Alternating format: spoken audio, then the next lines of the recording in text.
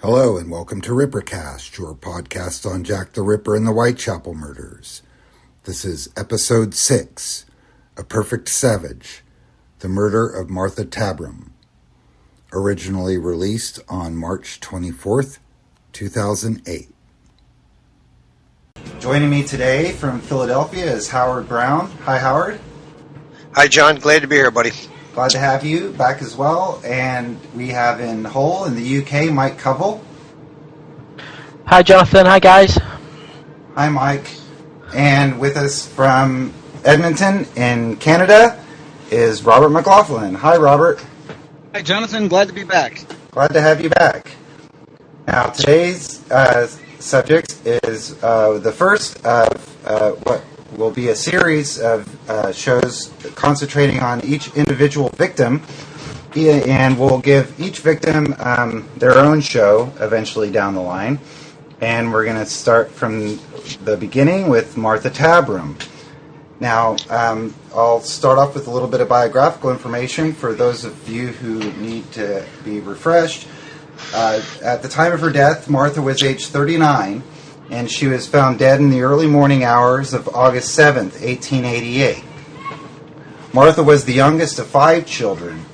She had 2 brothers and 2 sisters. Her parents separated when she was 16 years old, and her father died when she was 17. By the age of 20, she was living with Henry Samuel Tabram, and she soon married Henry Tabram. They had 2 children, both boys. Martha's heavy drinking was said to have contributed to the couple's separation after only 6 years. But Henry Tabram continued to pay her a weekly allowance for 4 years after their separation, and they never legally divorced. And Martha then went to live with William Turner, but continued to drink heavily, and this caused a strain on their relationship as it had with her relationship with Henry Tabram. They lived together at 4 Star Street in the East End, and when they separated, 3 weeks before her murder, Turner went to stay at the Victoria Working Man's Home, and Martha Tabram went to stay at a common lodging house in Spitalfields at 19 George Street. Coincidentally, a victim 6 months earlier, Emma Elizabeth Smith, who died in April of 1888 after being set upon by a gang of 4 men, lived at 19 George Street in Spitalfields. And on the night of August 6th, the night before her body was discovered, which was a bank holiday, Tabram is said to have gone out drinking with a friend named Mary Ann Connolly, also known as Pearly Poll. But verifiably, she was seen going into the White Swan Public House, which is a drinking establishment, alone. So that is a little bit of background on Martha, and we're going to kind of break this up into sections, and this show will contain more opinion than some of our prior episodes that contained that guests and ourselves tried to kind of stay a little bit out of the realm of speculation. But given that this is a controversial victim of someone described as a perfect savage, whoever that man may have been, we'll just kind of have a little bit more of a conversation style thing. And to discuss the events leading up to her death, in the hours before her death, we'll turn it over to Robert Mclaughlin in Canada. Sure. The only verifiable source we have for the movements of Martha Tabram on the night she was murdered comes from her drinking companion and fellow prostitute Mary Ann Connolly, also known as Pearly Poll. They'd met at about 10 o'clock that evening in a pub in Brick Lane, the Two Brewers pub, where they allegedly met a couple of soldiers. And then they went to various drinking establishments, and at 11 p.m. ended up at the White Swan Public House in Whitechapel High Street, where Anne Morris, who is sister-in-law to Martha Tabram, sees Tabram outside of the White Swan, but does not see Marianne Connolly, does not see the soldiers. Quickly, Robert, you said, sorry to interrupt. Sure. You said that, did Connolly claim that they were at the White Swan around 11 p.m.? Yeah. And yeah, didn't yeah. Her sister-in-law claim to have seen Tabram alone at the White Swan, like between 7 and 8 p.m.? She claims to have seen her outside the public house. Hours earlier than when Pearly Poll claimed to have been there with Tabram. Yeah. Okay, just get that straight. All right, go ahead. And according to Marianne Connolly, at about 11:45 they part company, her and Tabram. Marianne Connolly takes her soldier boy up Angel Alley. And she said that Tabram took her man up George Yard. The streets are very close together. They run parallel, and they're only about 20 yards apart. And that's the last sighting we see of Tabram until she shows up murdered. But a few interesting things happen before she actually shows up dead on the landing in George Yard buildings. At about 2 o'clock that evening, the following day, August 7th, P.C. Barrett is patrolling in Wentworth Street, and he sees a soldier there. And he asks the soldier what he's doing, and the soldier said he's waiting for a chum who went up the alley. He might have been referring to Tabram and or Connolly. It's difficult to say. Perhaps not. As for the building she was found in,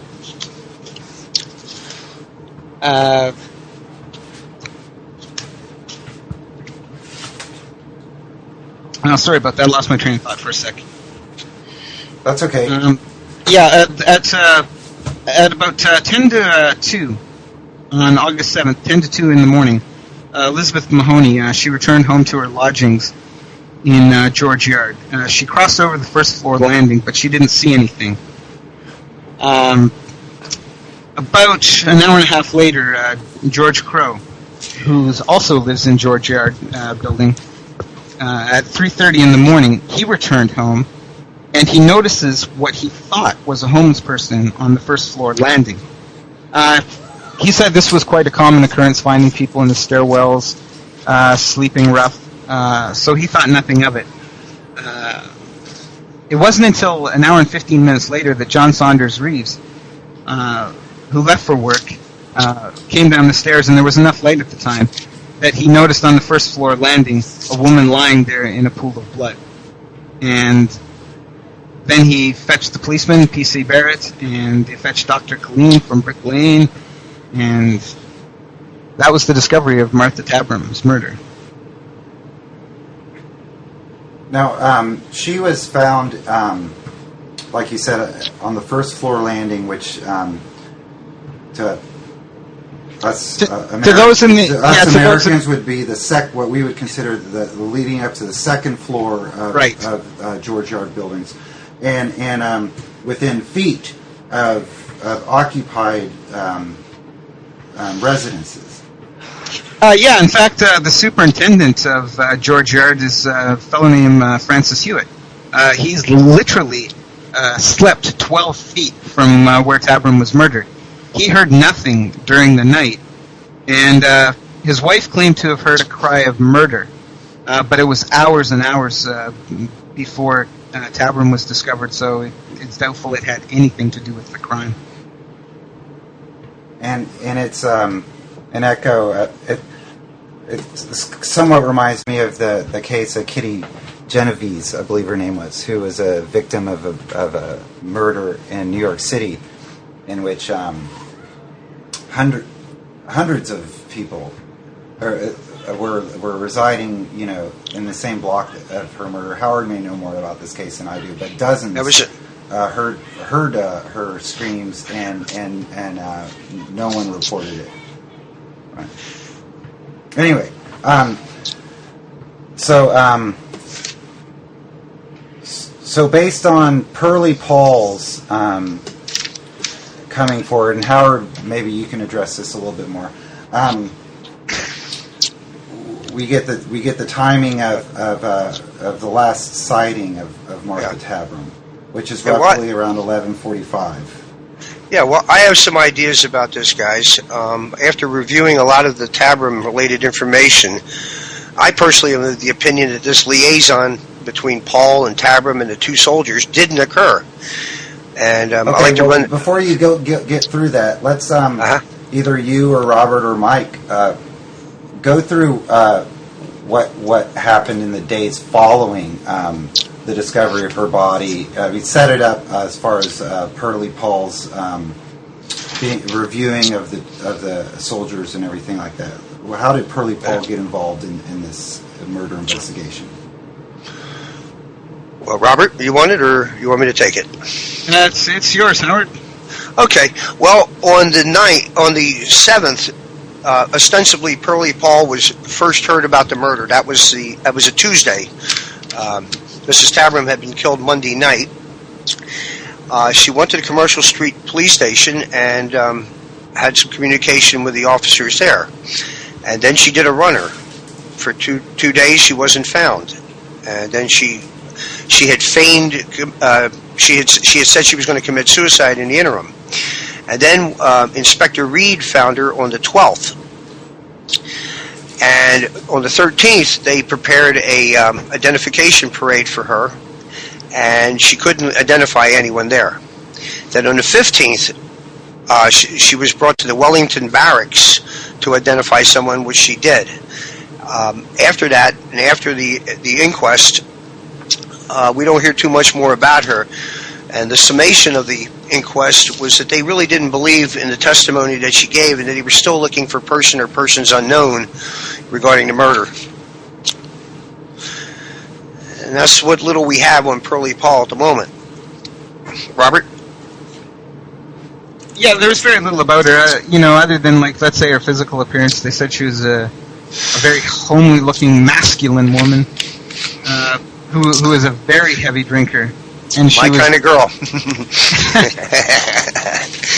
And she was very, very reluctant. As you said, she sort of hid away from the police and didn't want to be found. And when she did bring her testimony forth, it didn't seem to be that credible with the police. And we find this, of course, in modern day murders of prostitutes and those less fortunate.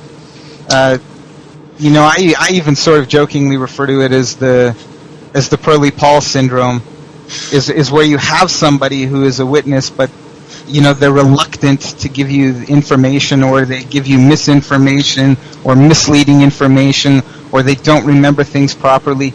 But rather than helping the investigation, they impede the investigation. And I think that's what happened in this case with Marianne Connolly. She was more of an impediment to the police than a help, unfortunately. I agree. And now, Howard, what are your points? Okay. That leaves you to doubt this. Okay. Well, let's look at some facts, and I got the majority of the facts from Paul Begg's The Facts, and also Stuart Evans and Keith Skinner's The Ultimate Source Book.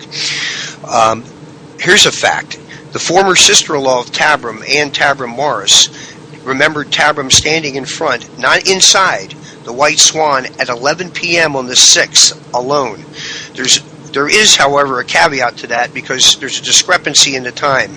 The Eastern Post on August 25th, 1888, which came out 19 days later, reported that Morris claimed that she saw Tabram anywhere from 8 to 9 o'clock. Here's another fact. Not only is Paul a little off in the time, she's an hour off on the hour she alleges they went bar hopping. Again, with not one person remembering this little gang of four appearing in their midst on that night. Paul claims they were together at 10 p.m. And it's true that Tabram may have been waiting outside for that rat pack to finish their drinks or pay the bar bill when Morris saw her alone. Another fact, Paul found out about the murder the very next day, not 24 hours later, maybe even half that amount of time. She did not go to the police station or contact the authorities about her friend's ill-fated evening until 2 days later at Commercial Street. Another fact, for 3 days after the initial statement to the authorities in Commercial Street, she is nowhere to be found until Inspector Edmund Reed finds her, sets up an identity parade on the 13th, and she doesn't recognize anyone from that evening. 2 days later, on the 15th, she's led to the Wellington Barracks in the Tower to engage in yet another identity parade. This time she identifies a man with stripes on his hat. She is mistaken as the man in question has an alibi for that night and for the following morning as well. Okay?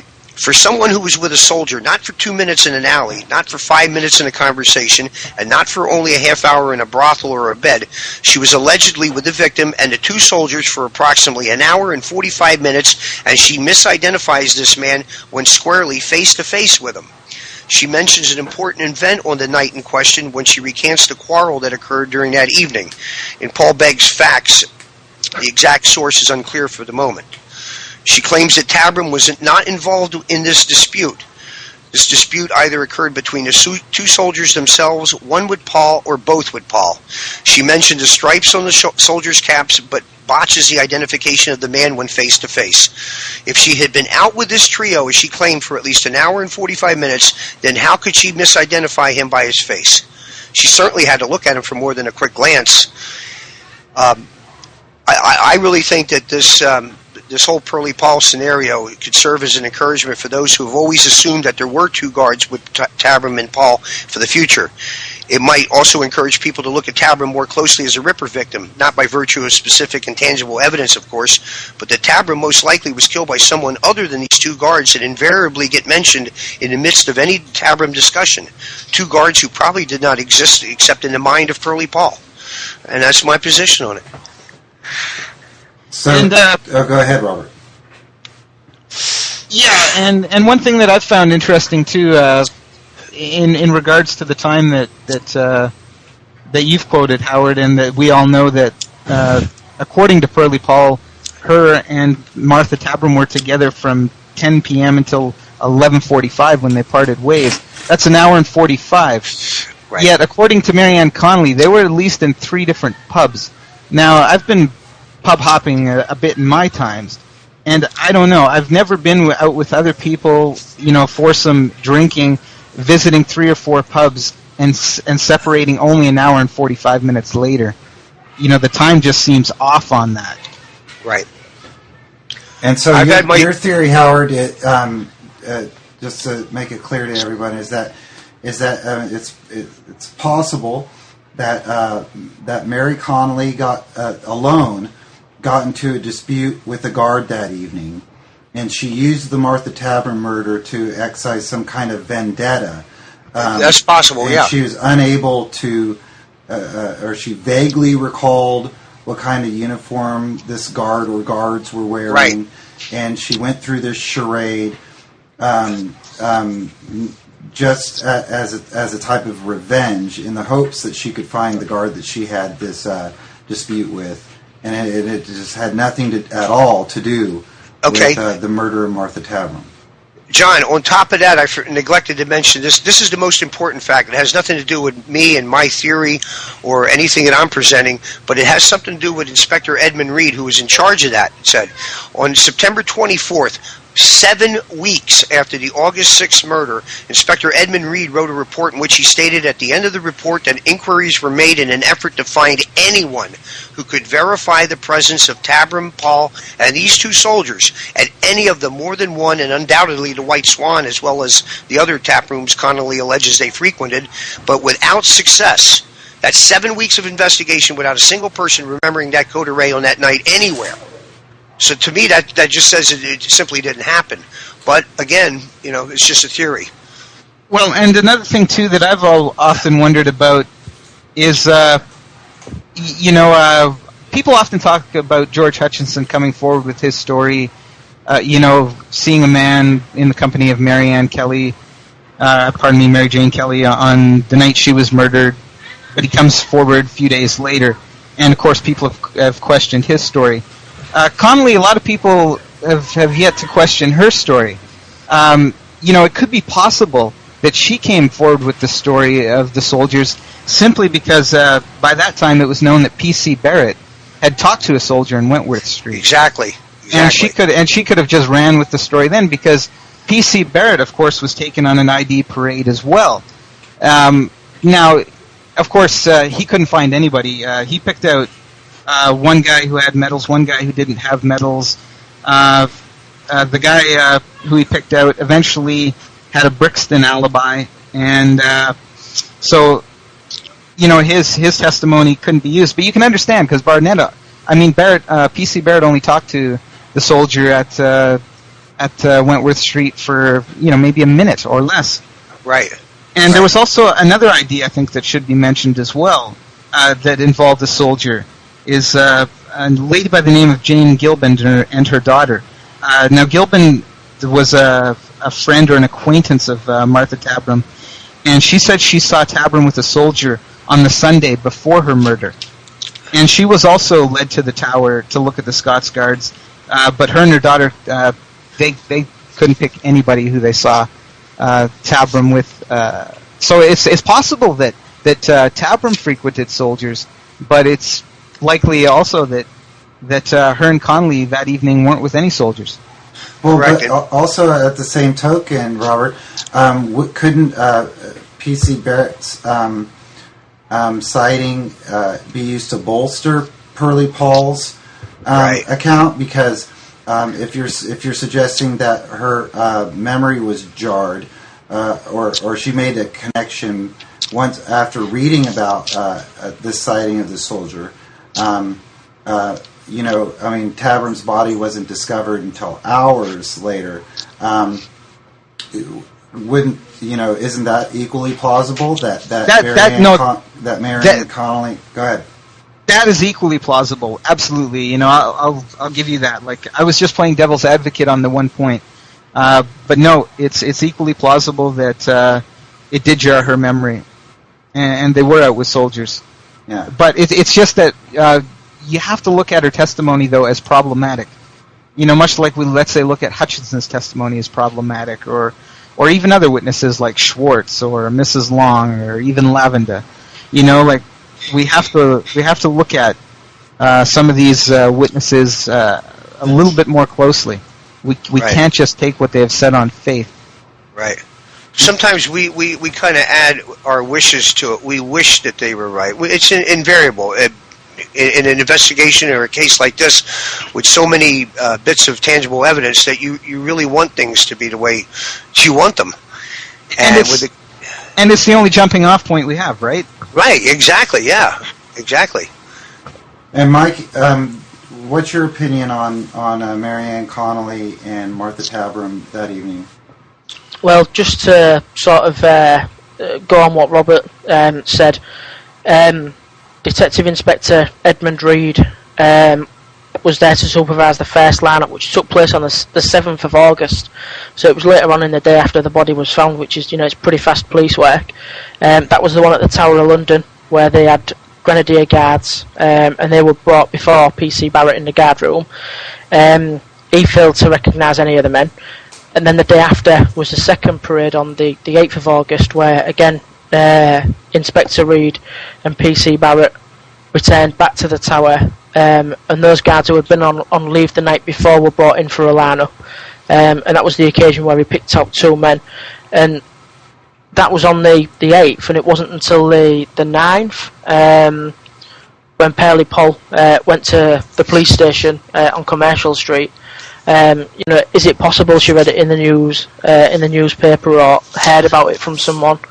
And she's basically, like you said, using it to have some sort of personal vendetta against a soldier who's maybe wronged her in some way. Right, on the night of the 6th. And we know nothing about Marianne Connolly. We'll say that before I say this, is that her suicide, or her threats of suicide, while she was in hiding, or refusing to come forward, or whatever you want to call it, does bring her account more into question. Don't you guys agree? Yeah, she wasn't wrapped right. She may have realized that what she did was wrong in the first place by going on the 9th, on the 9th to Commercial Street, and then by the time Reed found her, she had gone through a lot of inner agony about lying in the first place. That's possible too. Right. Yeah, I find her reaction rather melodramatic. Yeah, a little over the top. Right. Yeah, and I'll play devil's advocate this time, and just say that we don't know how well Mary Connolly knew Martha Tabram. They were good friends, or they were apparently drinking companions for 4 or 5 months before Martha's death. So, who knows? We can't say what was going on in Mary Ann Connolly's mind. She could have blamed herself for being unable to prevent the murder. She could, have wished, maybe she was responsible for hooking them up with the soldiers to be, Right. There's no way of knowing what really was going on with her. And the reports we have is that, like Tabram, she was a heavy drinker, and her memories could be clouded, her judgment could be clouded. Yeah. A person can get a lot of notoriety and free drinks out of their 15 minutes of fame. And somebody coming up with a story like that, will immediately become some sort of celebrity within their own, enclave or circle of friends. So, that possibility exists.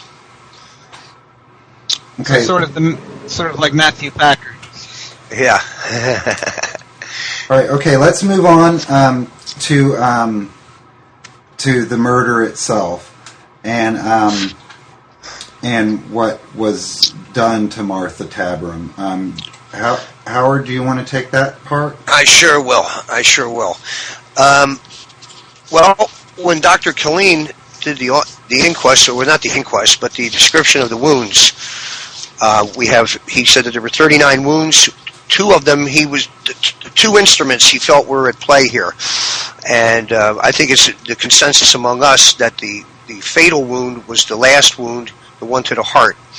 We have 5 wounds to the left lung, 2 to the right lung, 5 to the liver, 6 to the stomach, 2 to the spleen, 1 to the aforementioned heart, and 18 other wounds which were in the vaginal area and other parts of her torso. A couple years ago, I did an experiment with a piece of polyurethane foam, which I'm sure is not equivalent to a human being in density, but it's pretty close to it. And as an experiment, I personally stabbed the piece of foam 39 times.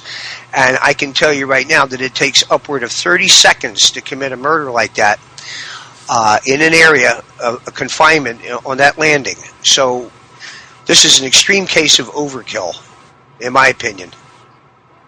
And for no one to hear that, no one to hear the 39 stabs, the people that lived in that apartment, like Robert said, 12 feet away, 4 yards away, and them not to hear it, they're either very sound sleepers or the murder was committed with some degree of stealth. That's just my opinion on it. I don't know what you guys think about that. Or as the point you've brought up before, Howard, is that that the actual stabbing motion and maybe even groans from Tabram, if there were any, could have been mistaken for coitus. Exactly. And then just simply ignored. Right. Yeah.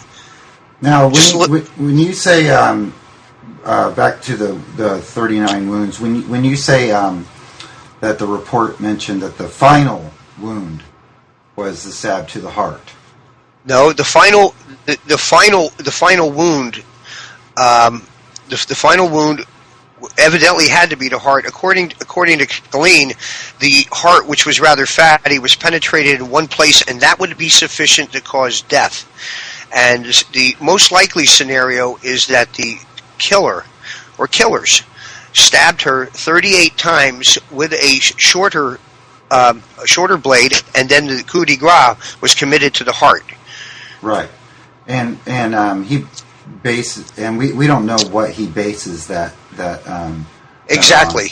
That the wound to the heart was necessarily the fatal blow that came the 39th. Yeah, exactly. Well, as Robert mentioned that before, that we don't have a post-mortem report, so we're doing the best we can here with what we have.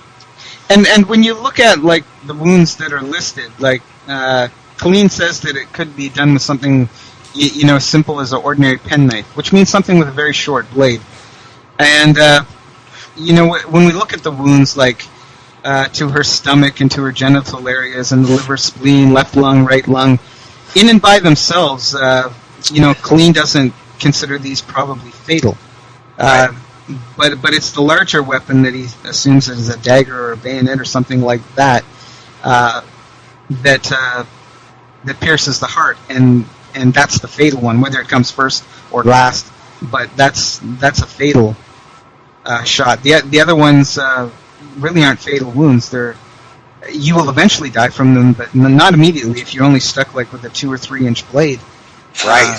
But correct me if I'm wrong. Isn't the popular conception of this is that the smaller wounds were made first, and then the murderer switched to the dagger to make the fatal heart wound at the end of the attack? Yeah, that would make. Go ahead, Howard. Go ahead. That's okay, Robert. Go ahead. I'm sorry. That's the popular conception, and there's also been a theory posited, in modern times by a few people that only one knife was used. That the last shot pierced her sternum, her chest plate, and the reason this is posited as being the same knife is that if you stick a little knife in something like a block of wood, or even as Howard tried out, some styrofoam, and then try to pull it out, you'll have a tendency to wedge it back and forth and make it look like a larger weapon. I only thought I'd bring that up just because some people have brought that point out, but I don't necessarily buy it, simply because in 1888, doctors at that time were well versed in knife wounds. They'd seen them with accidents at work, with assaults, with murders. Knives were quite commonplace, and forensically speaking, they really understood knife wounds. So that's something I would actually trust with Colleen's testimony. Yeah. Now, were they advanced enough to tell that this wound to the heart was after smaller wounds? Could they judge overlapping wounds or something like that, to where an opinion that this was a final blow could be valid? They could probably get that wrong. But as for, I think, the nature of the weapon and the depth of the blade used and certain things like that, I think that is correct. And even the fact that there are two weapons, I'm willing to accept that. Okay. Because also when you think about it, like Howard Brown, you mentioned the overkill part, and when you look at it, it makes a lot of sense that if you're punching away at this woman who's not dying, and you're hitting her and hitting her and hitting her with this short little blade, and she's not dying, and you're worried any minute that you may be caught, that people could come out in the staircase and hear you doing what you're doing, and maybe you pull out a bigger weapon, and that was the fatal blow. Right. At least that's the way I perceive it. That's the opinion that I take. It may be wrong. Right. Well, and let's discuss the opposite possibility, and I'll let Howard do that. And that is that the wound to the heart was the initial attack, followed by the rapid stabbing 38 times on her body. Go ahead. Well, yeah, that's entirely possible. That Killeen says, and I quote again, he says that the heart was penetrated in one place, and that would be sufficient to cause death, but he does not say that it definitely caused death. And if it incapacitated her, that would mean that this killer, after stabbing her in the heart, which was sufficient enough, or in the heart area, then takes out another knife and then stabs her 38 more times within a 30-second period. To me, that sounds like a frenzy. And in a frenzy, you make noise. And in this case, we have either no noise at all or no appreciable noise to rouse the neighbors. So you have to wonder. Is this a case of someone being jilted in a sexual liaison and then retaliating, or is this something entirely different? Is this some maniacal attack on a sleeping woman? There's no guarantee that she wasn't sleeping there in the landing. She may have been so pie-eyed or drunk that she had no place to stay and figured that she would get out of the elements and go sleep on that landing. So. It's anybody's call to me. No, and go ahead, and that's an interesting point, Howard. That she could have been sleeping on the landing. She might have been out drinking that night. We know she was seen outside the White Hart pub, and she could have passed out on the George Yard landing. And when George Crow passed her at 3:30 in the morning, maybe she wasn't yet dead. Yeah, and she also was rumored to have suffered seizures. Rum fits. After drinking heavily. Now, Mike wants to get in on this being asleep, and I also want to know your opinion, Mike, about whether is it a 50-50 kind of thing, or whether I find there's some importance attached to whether the dagger wound to the heart was the first or the last, and we'll flesh it out as we go along. But go ahead, Mike. Well, first and foremost, with regards to being asleep on the landing, I think that's quite a plausible theory. Quoting from the Facts by Paul Begg, it did say that the bank holiday Monday, the weather was poor, gloomy, grey skies with a threat of rain. So to me, that would sound like, if you've had too much to drink, you was a bit worse for wear, would be an ideal place to sleep. Then we have Alfred George Crow coming out at 3:30 in the morning, and he sort of said that he thought it was a homeless person, and like Robert said, it's a possibility that she wasn't dead at that time. And then the next person to come across the landing was at 4:50, which was John Saunders Reeves, who found the body. So you've got sort of that time frame there, where it's possible that she was killed. In terms of the knife wound, I'd have to say, I'd think going for the heart first, in all honesty. When you look at the way hunters and stuff like that go for the prey, they always try and go for the kill shot first, and then do what they need to do afterwards. It's for me, it would stop her screaming, it would stop her struggling, it would stop her making noise if you was to kill her first. If you was to stab frantically before you give the kill shot, there's a risk that she's going to scream. Right. The kind of wounds you've got, with the exception of the lungs, you'd still be able to give pretty much a scream or a shout or make some kind of noise.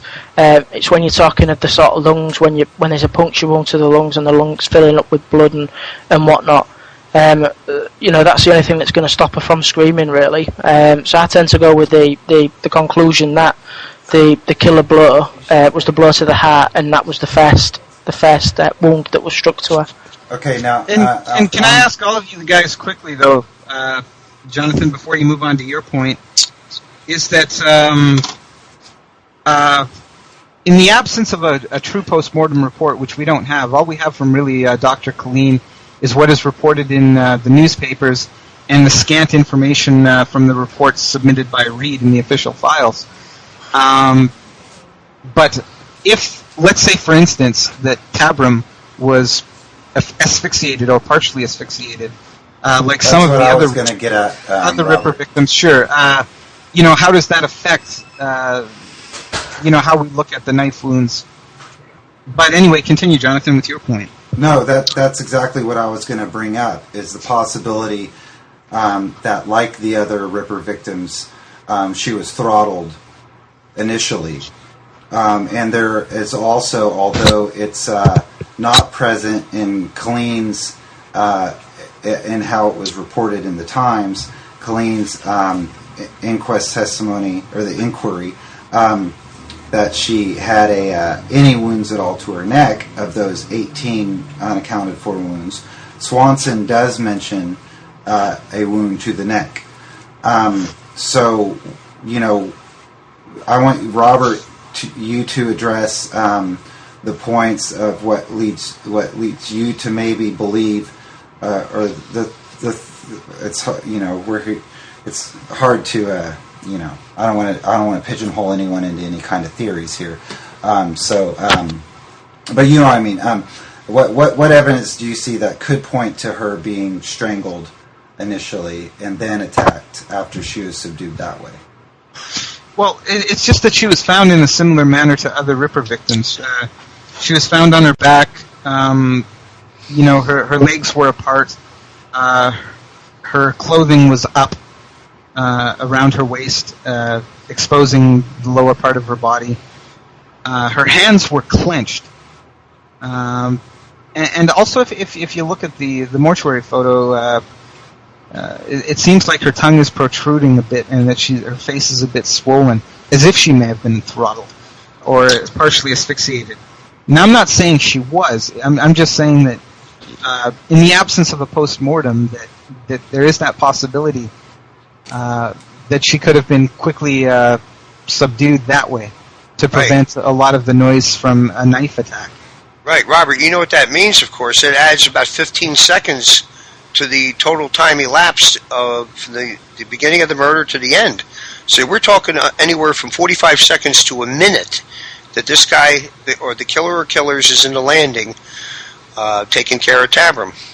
And that's probably a minimum, Howard, right? Yeah, that's the minimum, because it takes at least 30 seconds to stab someone 39 times, because after the 38th stab wound, let's assume that the knife wound was the last one, just to play devil's advocate. Let's just say that the knife to the heart was the last one.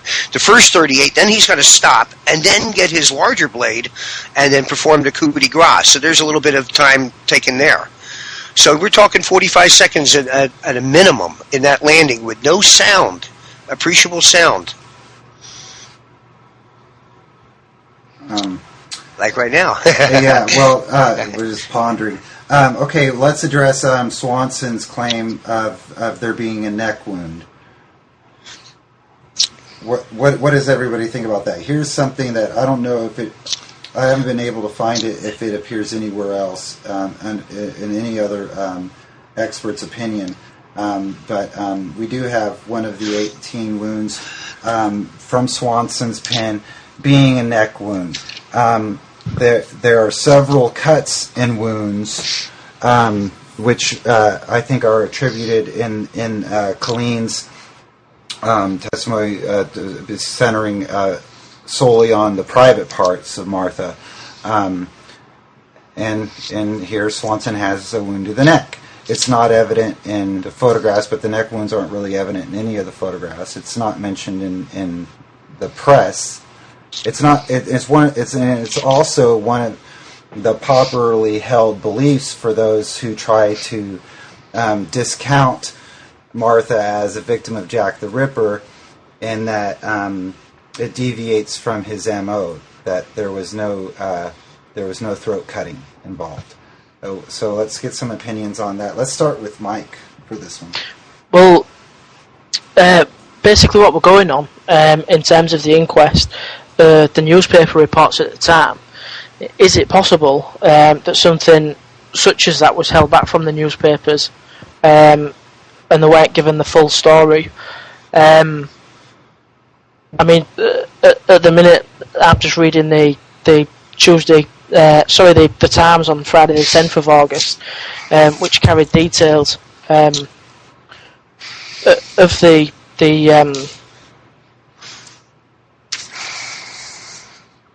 right, in which the inquest, which it gives various statements, and then after that we have another inquest,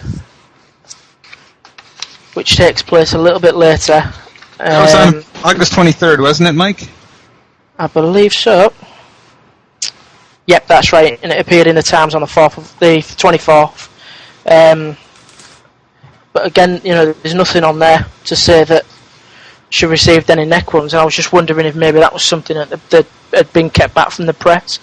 Yeah. That, without any official documentation of a post-mortem or, a proper coroner report, it's difficult to go on, really. And again, looking at the autopsy photo, the way her face is kind of scrunched down into her chest, the neck is, you can't even see it. right. Yeah. Yeah, Martha Tabram had a very prominent double chin, and her jowls sort of hung down over her neck in the mortuary photo, so she could easily have a neck wound. Yeah, and okay, so because it was since it was not mentioned in the press, but it was mentioned by Swanson, would we therefore lend more credence to going on Mike's completely plausible theory that it was withheld? Could we therefore say that Swanson's account of a neck wound is the more reliable of the two? I don't know if more reliable is the word, but it's definitely very plausible, simply because we only have 21 of the 39 wounds completely accounted for. Colleen says there were 5 wounds to the left lung, 2 wounds to the right lung, 1 wound to the heart, 5 wounds to the liver, 2 wounds to the spleen, 6 wounds to the stomach. That adds up to 21. There was also several wounds, to the abdominal and vaginal area. And there could easily have been a neck wound, and maybe overlooked simply because it was superficial. That it didn't hit an artery, didn't hit a vein, didn't hit the windpipe, and it just got overlooked. Right. Except by Swanson. Right. Just in addition here to what Mike was referring to before, Walter Dew confirmed that the police kept the press at arm's length and thought that this policy, the policy of those in high places, was a mistake because it flouted a great potential ally and indeed might have turned that ally into an enemy. So, yeah, it's true. The police probably did keep some of the information and facts back from the public at that point. Well, and I think it's a good point you raise, Howard, because if you go back to Emma Elizabeth Smith, there's almost no reporting to the press at the time of her murder, of anything she said, of corroboration of her attack, and we see a very closed police unit then, and I think it was only with each subsequent Whitechapel victim that we see that the police are forced to discuss the case with the press. Right. Emma Elizabeth Smith, for those who need to be reminded, was the woman who was assaulted on Osborne Street by 4 men back in April of 1888, and she had some kind of pole-like object inserted into her. It was used to rape her, and she died the next day, the day following this attack. Back to this several cuts to her private region. Maybe Robert could shed a little light on this, but there's various descriptions used to for these attacks: cuts, wounds, stabs. I mean, what are we supposed to envision? You have these poking stabs that, I mean, everyone assumes the 38 stab wounds were stabs, but then when you hear them described as cuts and wounds, I mean, what are we supposed to draw from that? because this is an attack that could very well closely resemble the attack that occurred 3 weeks later on Mary Ann Nichols in Bucks Row. Well, he had a lot more space to work with the Nichols murder, the Chapman murder, and the Eddowes murder. And one thing I forgot to mention before, I'll just say it and let someone else speak. Of those 38 wounds to the body, it is entirely possible that there were more wounds, because often it could have happened where the killer or killers stabbed into the same wound. Right. That's entirely possible, and just expanded on that wound. It could be 45 wounds. We don't know, which would increase the time, the amount of time that he spent on the landing. And also, just to bring out whether there was neck wound, lack of neck wound, does it relate to the later murders that all contain neck wounds? Well, if it were the Ripper as we know him, and he had a penknife on him that he used first, you must admit that's a very impractical weapon for slashing a throat. It's much more of a good puncture weapon. Right. And going off of that, when you say, if you go with the idea that the dagger to the heart was the initial attack with a knife, that would vary from the later victims, in which it's generally accepted that the attack to the throat was the initial attack. So he would have not, if he was the Ripper in the Tabram case, he would have not only altered his weapon of choice, but he would have altered the region of the body that he struck first. True. And he would, and learning to further that thought, learning from the Tabram murder would give him good reason to change the knife that he used, and to change the method of the initial attack, because shoving a dagger through someone's chest bone is not an easy thing to do. It's much easier, I don't know this from personal experience, but I would imagine it'd be much easier to slit someone's throat than to shove a dagger through their chest bone into their heart. Absolutely. Yeah. And another thing that should be worth mentioning is that if one looks at other serial killers, one sees a variance of attacks and sometimes weapons. And, I think it's oftentimes a little unwise, maybe even foolish, to just think that the Ripper slashed throats and didn't do anything else. Because victimology of other serial killers tells us that they can be a wide variance of attacks. People can use knives and hammers and fists and get the same result. Right. Now, Mike, what did you want to say about the environment of George Yard? The murder site itself, and how it differed from the Canonical Five's murder sites. The reason why I think we've got a frenzy as opposed to a slashed throat and a ripped abdomen is 4 of the C5s were outside with varying degrees of lighting, street lights. Mary Kelly was indoors, but it was said that at the time there was the fire that would have given some light to the room. Now, Martha's murder inside George Yard would have had little or no light whatsoever, and this is why I think we've got such a frenzy as opposed to a more methodical approach that occurred in the later murders. Anyone have anything to say to that? Was it?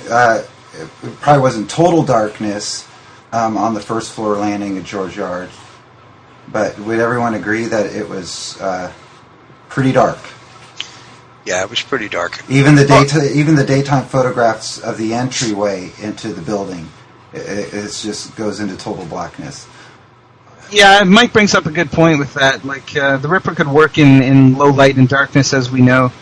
And if Tabram, let's say, was a Ripper victim, and Also he wasn't weary of working very close to densely populated areas or people sleeping next door, as evidenced by the Annie Chapman murder or Nichols or Eddowes. I mean, he like the Ripper was very comfortable working literally next door to people sleeping.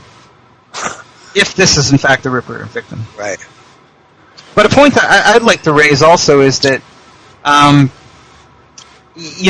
lately, of course, a lot of people have tried to parallel the Tabram murder with later canonical 5, but one thing that's really interesting is actually you can parallel her attack is similar to one that happened in February of that year to a woman who actually lived, and that was Annie Millwood.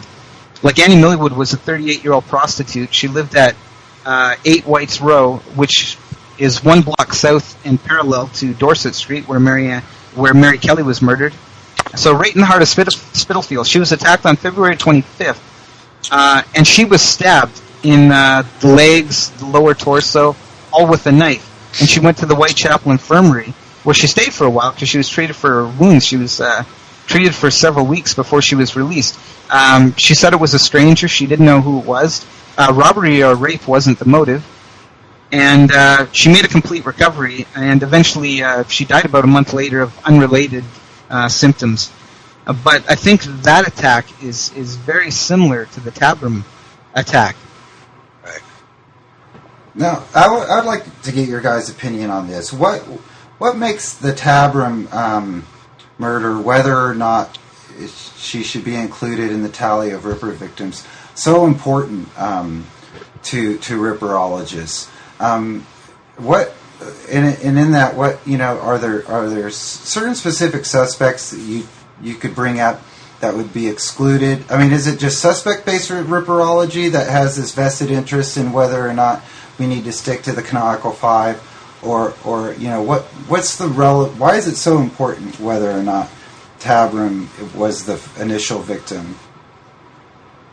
What are your guys' thoughts on that? Well, I for one think that it keeps all options available. It doesn't narrow or pigeonhole Ripperology into one specific mindset. I believe that by keeping Tabram's candidacy open, that it simply expands the field. And there were some pretty important people that felt that Tabram was a Ripper victim as well. Dew, Reed, Aberline, and Anderson. And they all had different opinions about other things, but they all seemed to be in union about this particular murder. And in particular, Inspector Reed, because Inspector Reed was on the spot. He was the one in charge of it from the beginning to the end. And I believe that for 49 days, he looked for any possible sighting in the Connolly incident that I talked about before. So I would take his word that the Tabram murder should be considered a Ripper, possibly a Ripper victim. Robert, you were going to say something? Yeah, I was going to say that, even though all these men that Howard brings up, all these policemen, some of their memoirs are flawed and later writings are flawed, but, given the time, they knew more about these crimes than we will ever know. I mean, they were there when it happened. And so that has to be given a lot of weight. And so taking Tabram as a potential victim, and they look at her as a victim, we must also be prepared to accept that possibility. Because if we don't, then there's, we get pigeonholed, and instead of looking at victimology, we're looking at suspects. Because I don't want to know where suspects are just for the canonical 5 or the McNaughton 5. I want to know where suspects were for all of the unsolved murders and attacks. If we can hunt down that information. Because I know you guys had Andy Spalak on 2 weeks ago when I wasn't here, and I would have been very interested to know where Druitt was on the night Tabram was murdered. Well, Andy, just as one example. That's right. No one asked him that. You're right. Well, no, Andy did bring up in the show that Tabram was the most problematic of the possible Ripper victims for Druitt's candidacy. I don't know if he mentioned exactly why. It probably had something to do with Druitt's cricketing schedule. But I know that Andy Spalek, I'll let Andy speak for himself, on whether he considers Tabram a Ripper victim or not. But I do believe that Druitt did have some sort of slight conflict in timing on that one. But Mike, one thing I was going to also add to that is there with Tumblety, research into Hughes Hallett rushing down to the scene. He gives interviews to reporters. He considered this a Ripper attack, and he was down at George Yard. Within hours of the body had been removed already, but he was there trying to conduct his own investigation, so Tabram's murder has been used. In the case of Druitt, it may be used to exclude victims. In the case of Druitt, Tabram's murder could be used to exclude suspects, but in the case of Tumblety, it's being used to bolster suspects as well. So it's kind of like she's kind of like the secret weapon almost, for lack of a better term, in suspectology. Well, she's used like a lot of things are used in the case for, she can be used for someone's own purpose. Right. Now, Mike, what is your opinion on this? On how Tabram's murder, why is it so important to Ripperology? Well, I think first of all, the way it occurred on a weekend stroke bank holiday falls in with all the attacks that followed, all of which occurred on weekends, or that for me sort of fits the pattern that was to come later. The severity of the attack, stabbed that many times, as Howard said, it was overkill. The weapon used, we've seen earlier on that some of the girls in Whitechapel were attacked with metal bars. This was another knife, another stabbing. The location, obviously it's in, smack bang in the middle of Whitechapel. So that's another thing that it's got going for it. And the type of social class that this woman was as well kind of fits the other social classes that all the other women, the C5 fell into. In terms of suspects, I was trying to find out where Sadler was, as he was quite fond of the old penknife. But I think he was at sea during that moment in time. We know Stevenson. We know where he was during that period of time. So, this hospital, yeah. Yeah. So it's just working through. But even so, she for me is one of the most interesting victims. And just to follow up on that, Mike, you hit on a good point that knife murder was relatively rare. Statistics point that out in the Spitalfields, Whitechapel area. Rape, assault, robbery, all these crimes are very common. But murder with a knife that isn't a domestic was very rare. That in itself, makes Tabram something to look at. Right, John, we're there, buddy. All right. I just want to bring up one more thing.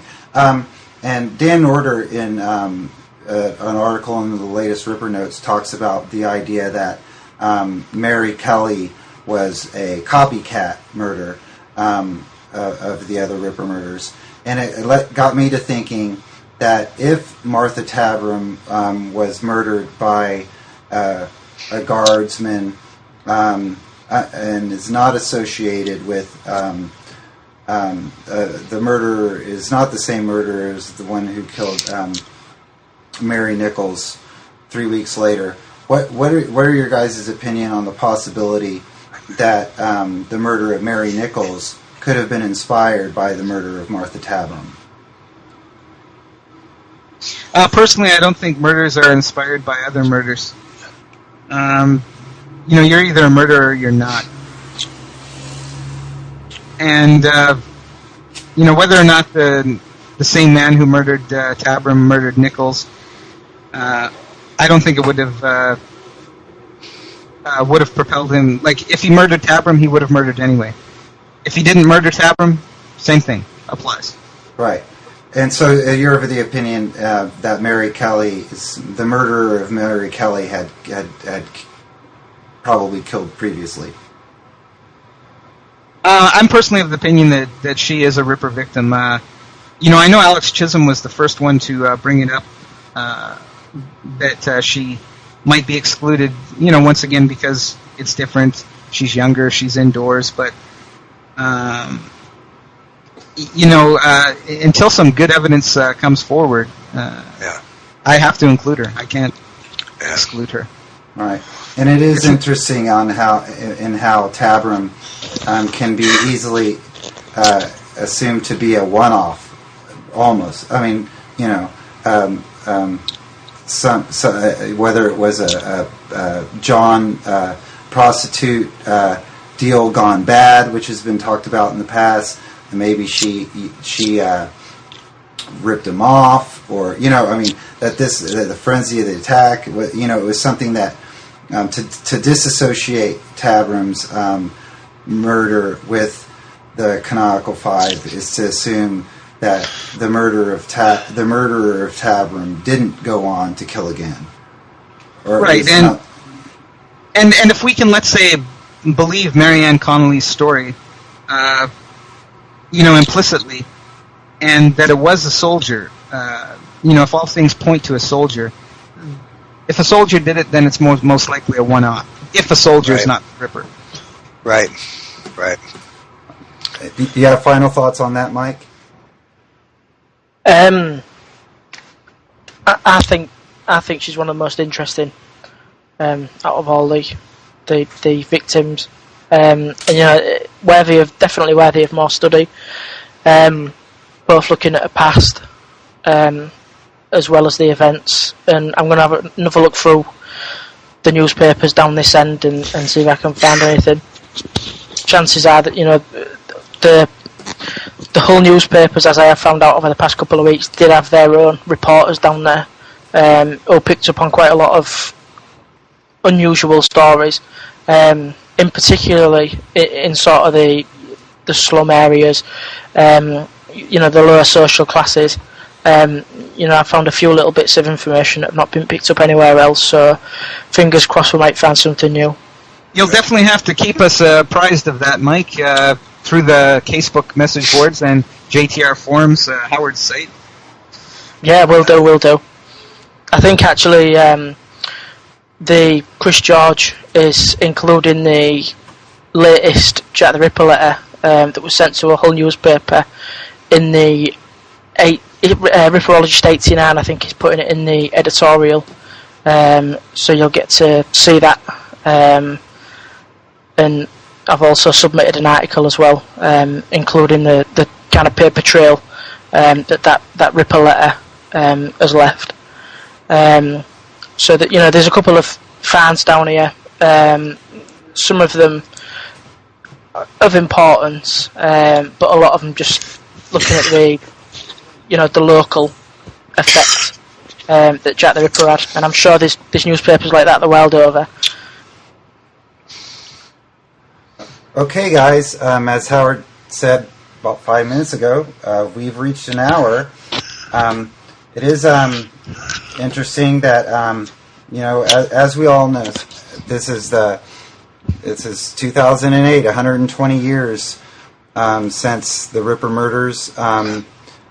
Emma Smith was killed on April 2nd, which is just about a week and a half away from the anniversary of her murder.